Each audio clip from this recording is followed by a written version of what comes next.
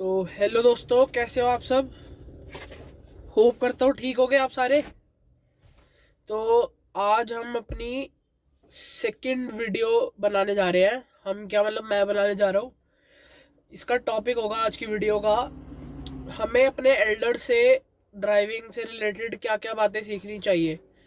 ये part first है, मैं इसका सेकंड पार्ट भी लेके आऊँगा, क्योंकि एल्डर्स जो कि एक्सपीरियंस लोग हैं ना ड्राइविंग में, उनके पास बहुत सी टिप्स होती है जो कि हम नए ड्राइवर्स को या जो अभी अभी चलाना स्टार्ट करा है जिन्होंने, उनको सीखनी चाहिए और उसको अप्लाई करना चाहिए रोड पे। क्योंकि हमसे कई ज़्यादा के बहुत सारी सिचुएशंस होती है जिनसे वो जूझ चुके हैं या वो खुद फेस कर चुके हैं, जो कि अपने एक्सपीरियंस से हमें बताते हैं। तो आज की वीडियो में मैं 10 ऐसी चीज़ें बताऊंगा जो कि मैंने अपने एल्डर से सीखी है ड्राइविंग से related.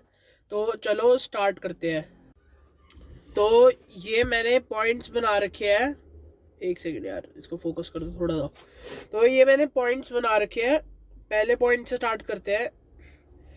Maintain gap from the vehicle ahead, at least the distance should be this much that your car can stop in case of emergency breaking. चलो, इसका मतलब है कि जो आपके व्हीकल आगे चल रहा है उसे इतना गैप मेंटेन करके चलो पहले ही, कि अगर उसको किसी सिचुएशन में इमरजेंसी ब्रेकिंग करनी पड़ जाए।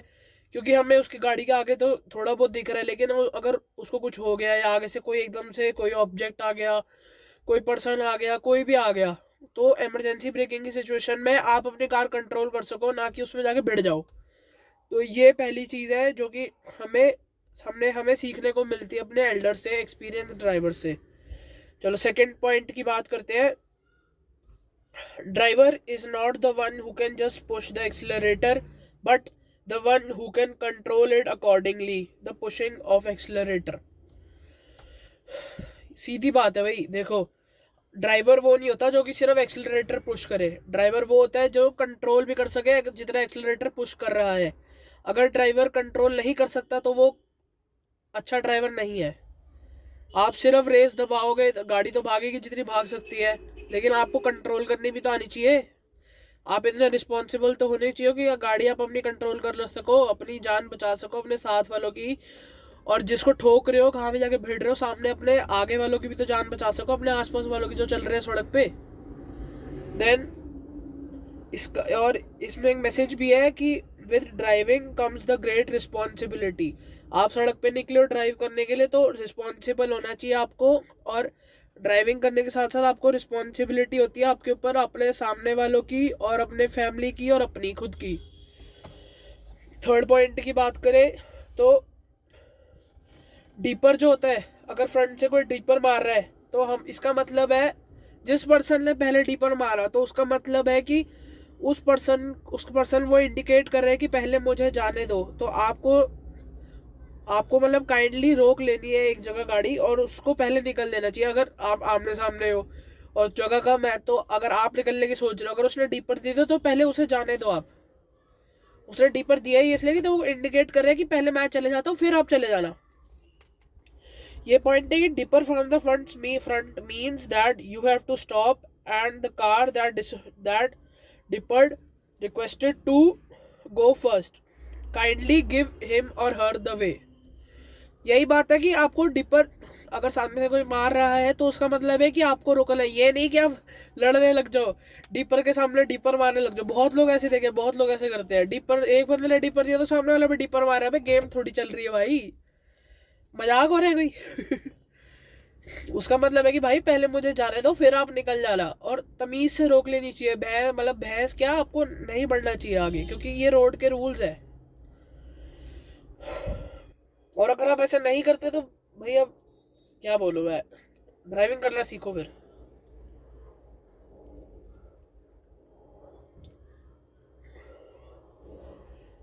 देन फोर्थ पॉइंट है, always stop at a much distance when someone is reversing the car on road. Give him or her much space so that he or she can easily reverse and move. इस point का मतलब है कि जैसे भी आप इस point का मतलब है जैसे कि अगर आप, जैसे आपके सामने कोई पर्सन रिवर्स कर रहा है या जो भी, अगर बंदा रोड पर रिवर्स कर रहा है, अपनी गाड़ी जगह से निकाल रहा है, अपनी गाड़ी जगह से निकाल रहा है, उस जगह से निकाल रहा है। अगर जैसे यू टर्न है, यू टर्न पे कोई किसी की बड़ी गाड़ी होती है तो वो यू टर्न लेते हैं, एक बारी में नहीं कटती तो बैक करके रिवर्स लेके फिर से चलाता है। तो उतनी देर में बाइक वाले या छोटी गाड़ी वाले जो भी है, गाड़ी वाले भी पीछे, अगर पीछे करेगा तो आगे से निकालने लग जाएंगे, आगे करेगा तो पीछे से निकालने लग जाएंगे। भाई 2 मिनट का सब्र तो कर लो, उसको इनफ स्पेस तो दे दो कि वो जल्दी से निकल पाए। आप खुद तो निकले जा रहे हो, पीछे वालों के लिए जाम करा रहे हो, वो बंदा निकल ही नहीं पाएगा इतनी जगह में। आप उसकी भी तो सिचुएशन समझो ना, वो रोड के बीच में खड़े होके क्या पहले ये देखते रहेगा पीछे वाली गाड़ी ये करे वो करे? अब वो भी, उसको भी तो जगह चाहिए गाड़ी निकालने की। बल्कि आप और लेट कर रहे हो, कभी कभार अब बंदा अड़ियल निकला, उसने पीछे कर ली, आपको लग गई, फिर आप तो चिल्ला पड़ोगे, है ना? तो भाई पहले पहले उसको जगह दे दो, जो गाड़ी रिवर्स कर रही है उसको तमीज से जगह दे दो निकलने की उसकी उस जगह से। नेक्स्ट पॉइंट में चलते हैं। Any car you drive, no matter what it is, small, big, sedan, hatchback, compact SUV, always see the dimensions of the car first and then drive it on road. A rough idea of dimension should be in your mind.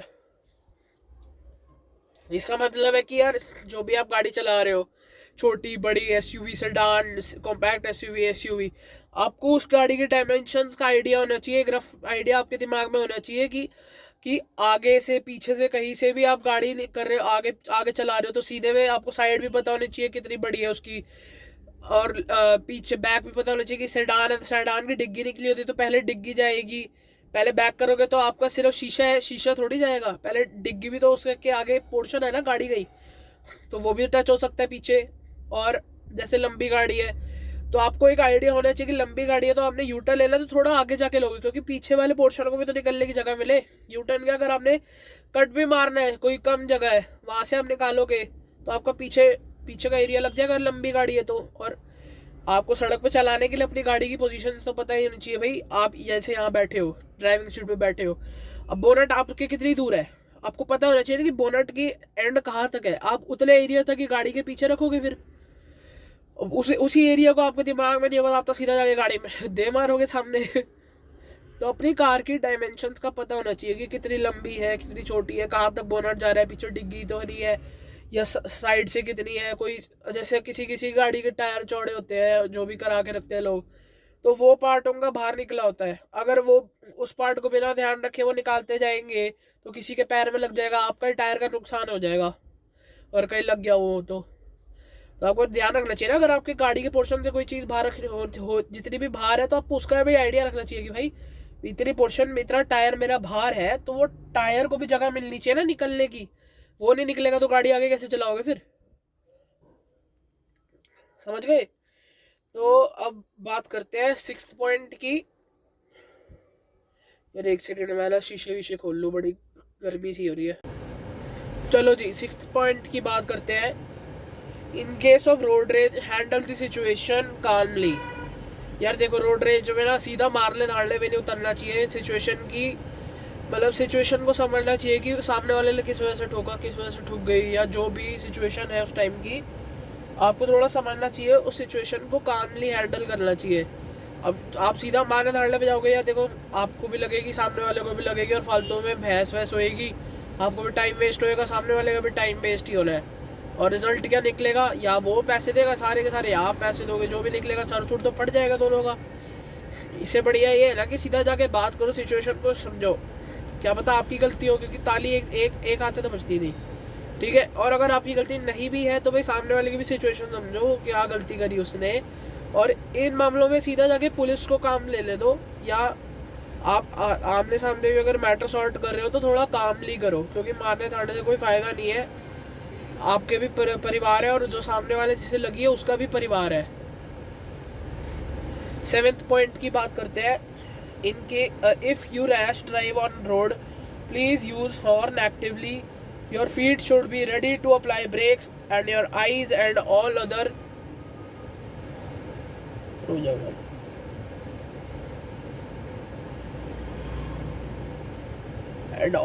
senses should be all on road and on the ORVMs and IRVM. देखो, इसका मतलब है कि अगर आप rash drive कर रहे हो रोड पे, तो आपका हाथ जो है वो एक्टिवली आपका स्टीयरिंग पे तो होना ही चाहिए, और हॉर्न भी आपको एक्टिवली यूज़ करना चाहिए ताकि आप सामने वालों को सचेत कर सको।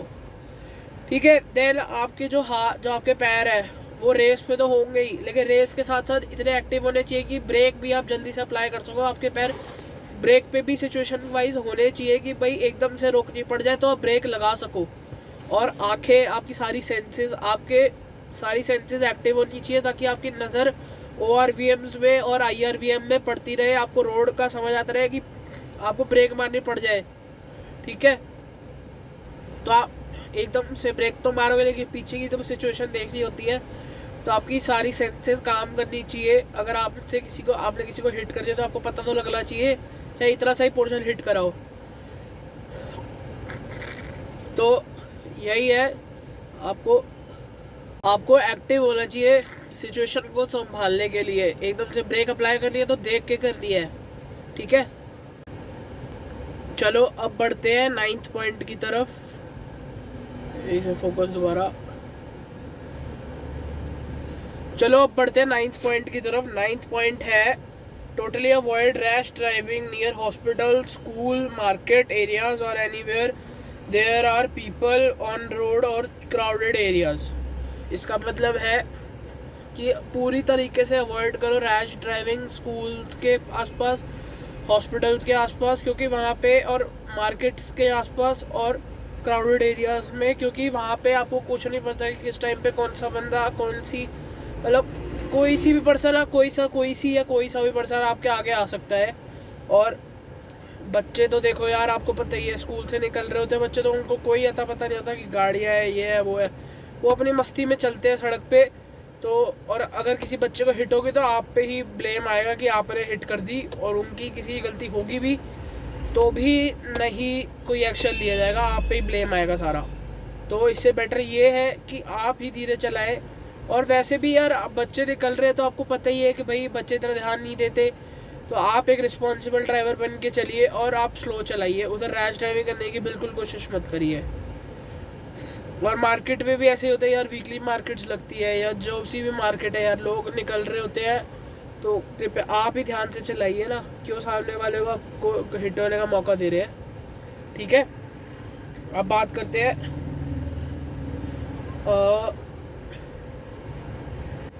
करते हैं नेक्स्ट पॉइंट की।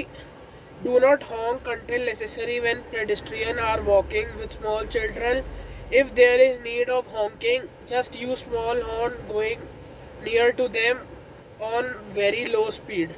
If possible, slow down your car. If children are on road, and then pass them very slowly, because तो मैं बताऊंगा, क्योंकि देखो, रोड पे आप जा रहे हो तो अगर आपके सामने पेडेस्ट्रियन है, जैसे आपकी रोड पे चल रहे हो आप गाड़ी, ठीक है, रोड पे ही हो, साइड में पेडेस्ट्रियन अगर फुटपाथ पे नहीं चल रहा, साइड में भी अगर रोड पे भी चल रहा है, तो अगर आप रैश ड्राइविंग करोगे तो यार पेडेस्ट्रियन को कुछ नहीं पता वो कब ऐसे इधर हो जाए, और तो आप एकदम क्लोज से लेके जाओगे ना, तो क्या पता उसको हिट होने का चांस हो। और बच्चे चल रहे होते हैं सड़क पे पेरेंट्स के साथ, या लोग चल रहे होते हैं, तो उनको एकदम से हॉन्क मत करो जोर का।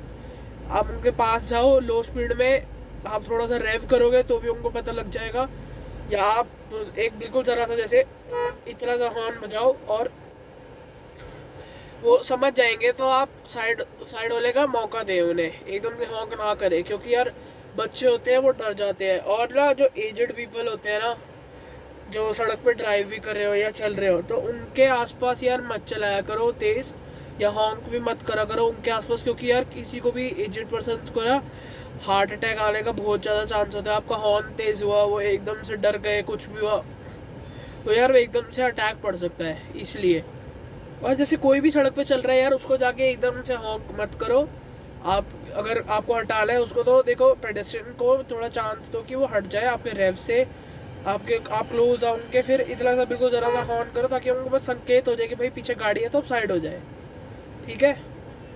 और एजेड पर्सन अगर सड़क पे भी चला रहा है तो उसको थोड़ा चांस दो, अगर धीरे भी चल रहा है तो आप थोड़ा रेव करो, डीपर मारो, अगर पॉसिबल है तो डीपर मारो ज़्यादा से ज़्यादा, कि उनको संकेत हो जाए कि आप पीछे हो तो हट जाए।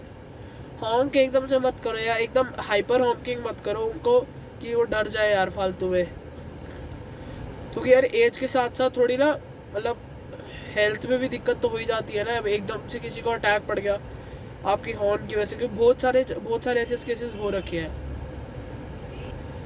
अब last but not the least, use horn very actively in case you are overtaking someone, you are driving fast.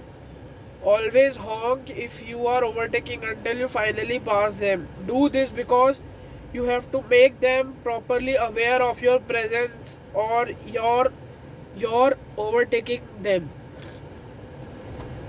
देखो सीधी बात है यार, हॉर्न का एक्टिवली यूज़ करा करो हाईवे पे या रोड पे भी, अगर आप किसी गाड़ी को ओवरटेक कर रहे हो, उसको पास कर रहे हो, क्योंकि बड़ी गाड़ी है चाहे बस है ट्रक है, उनको यार पता नहीं लगता, आवाज़ नहीं आती आपकी गाड़ी, अगर आपकी गाड़ी लाउड है तो पता लग जाएगा, बट नहीं है तो फिर कैसे पता लगेगा।